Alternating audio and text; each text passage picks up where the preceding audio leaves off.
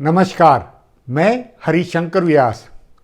आज मैं अपन तो कहेंगे में सन 2022 की उस नंबर 1 वैश्विक खबर का खुलासा करूंगा जिससे दुनिया का हर व्यक्ति किसी न किसी तरह प्रभावित हुआ है। सचमुच यूरोप की ज़मीन पर युद्ध की शुरुआत ने पूरी दुनिया को कई तरह से प्रभावित किया है।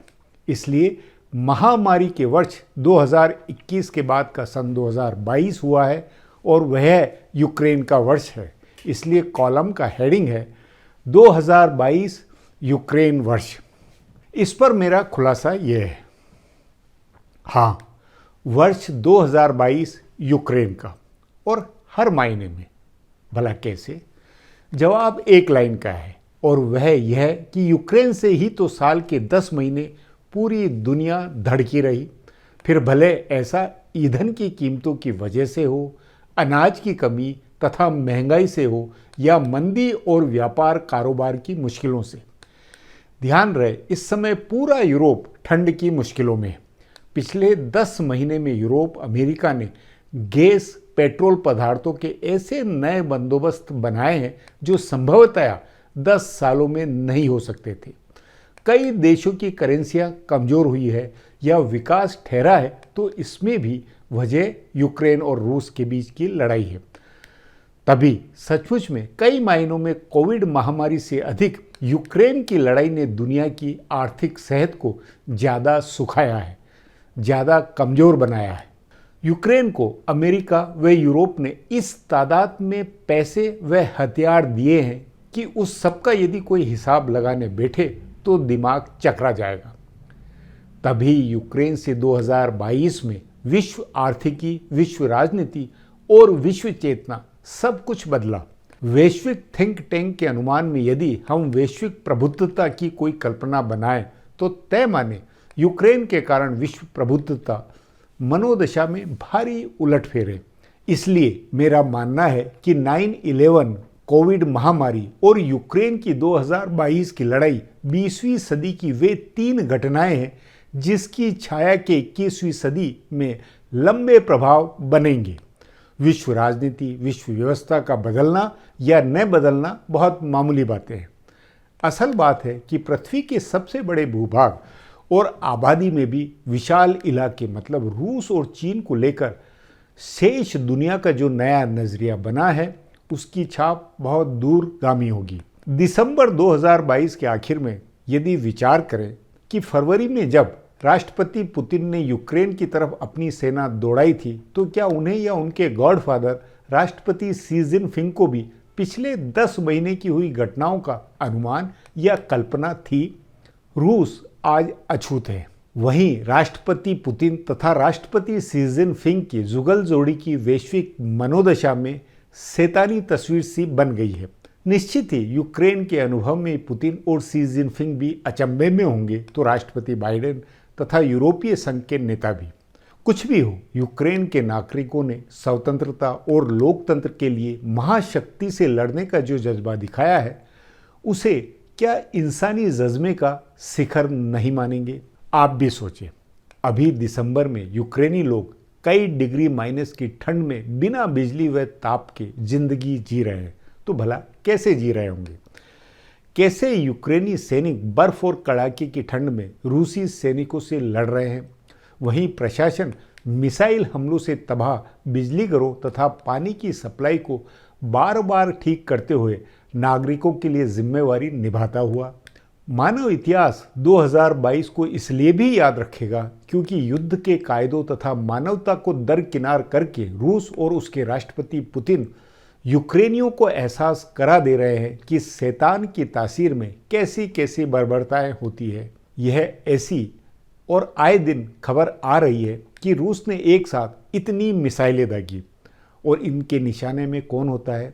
सैनिक या सैनिक प्रतिष्ठान नहीं, बल्कि शहरों को बिजली व पानी सप्लाई करने वाले ठिकाने, ताकि लोग ठंड से बेहाल हो, बिजली पानी की सप्लाई रुकने का त्राहिमाम बने, सीमा पर लड़ रहे सैनिक अपने परिवारजनों की दशा पर सोचते हुए परेशान हो और यूक्रेनी जनता का मनोबल टूटे। वे रूस से लड़ाई बंद करने की मनोदशा में आ जाए और समर्पण की सोचे। रूस की इस रणनीति से लग रहा है कि पूरी सर्दी रूस मिसाइलें दागते हुए यूक्रेन के लोगों का जीना बेहाल करेगा और शहर दर शहर बर्बादी में जब लोग प्रशासन हिम्मत तोड़ते हुए होंगे तो मार्च व अप्रैल में 2-4 लाख नए रंगरूटों की सेना से पुतिन एक नया हमला बोलेंगे। वापिस राजधानी कीव जैसे शहरों को कब्जाने का रूसी सैनिकों का ऑपरेशन बनेगा।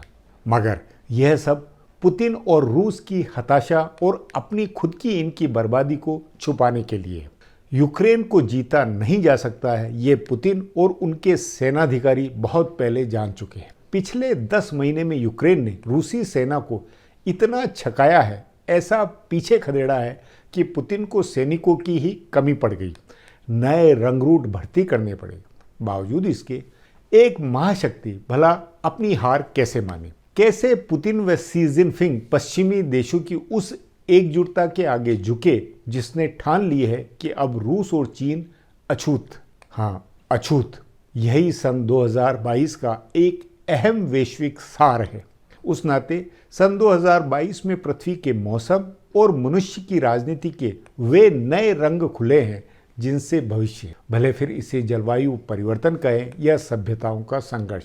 जलवायु परिवर्तन क्योंकि पूरी पृथ्वी का मामला है, इसलिए उस पर अलग से विचार जरूरी है। लेकिन यूक्रेन के कुरुक्षेत्र में 2022 में जो हुआ है या है और होगा, वह अहंकार का नंगा नाच है, और ऐसा जो तब तक खत्म नहीं होगा जब तक कि रावण मर नहीं जाता। गनीमत जो सन 2022 ने यह गलतफहमी खत्म की है कि पुतिन और शी जिनपिंग इंसान है न कि शैतान। वह सह अस्तित्ववादी है न कि विस्तारवादी। वे सभ्य है न कि बर्बर। वे मानवीय आज़ादी गरिमा मूल्यों के हिमायती है न कि निरंकुश और तानाशाह। उस नाते सन 2022 ने उस वैश्विक थीसिस को भी खारिज किया है कि वक्त बदल गया है, मनुष्य बदला है, सो अब आगे युद्ध नहीं होंगे, इसलिए अब खत्म हुआ इतिहास। हाँ, 1991 का दिसंबर महीना ही था जब सोवियत संघ के ढहने के साथ दुनिया ने शीत युद्ध से बाहर निकलने की गलतफहमी पाली थी। हाँ, सन 1991 का दिसंबर महीना ही था जब सोवियत संघ के ढहने के साथ दुनिया शीत युद्ध से बाहर निकली थी। उसके बाद इतिहास खत्म होने व दुनिया के गांव में बदलने और मानवीय अधिकारों, मूल्यों, गरिमा के जितने भी जो भी प्रयास हुए, उन सब में ये माना गया था कि रूस, चीन और तानाशाही के तमाम टापू भी अब सहज, सभ्य और मानवीयता, शांति प्रियता का अमृत लिए हुए हैं। इस तरह की गलतफहमी में चीन और रूस खूब फले फूले।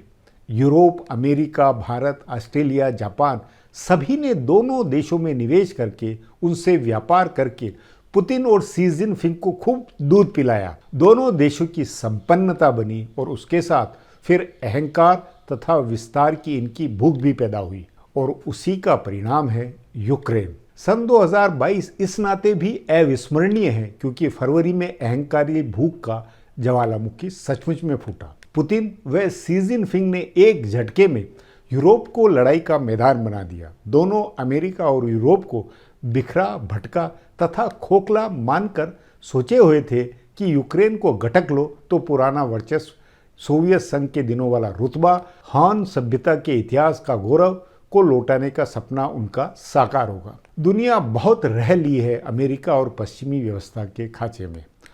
अब 21वीं सदी क्रेमलिन की जारशाही तथा बीजिंग के ग्रेट हॉल के चाइनीज ताने बाने की व्यवस्थाओं में दुनिया को ढालने की है। विषयांतर हो रहा है।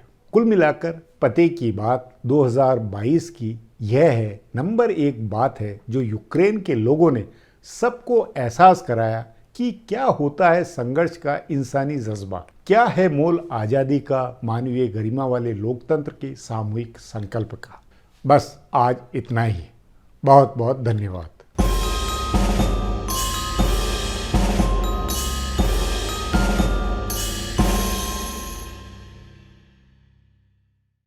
Do not forget to subscribe to our channel for all the latest gossip on politics and my take on world affairs.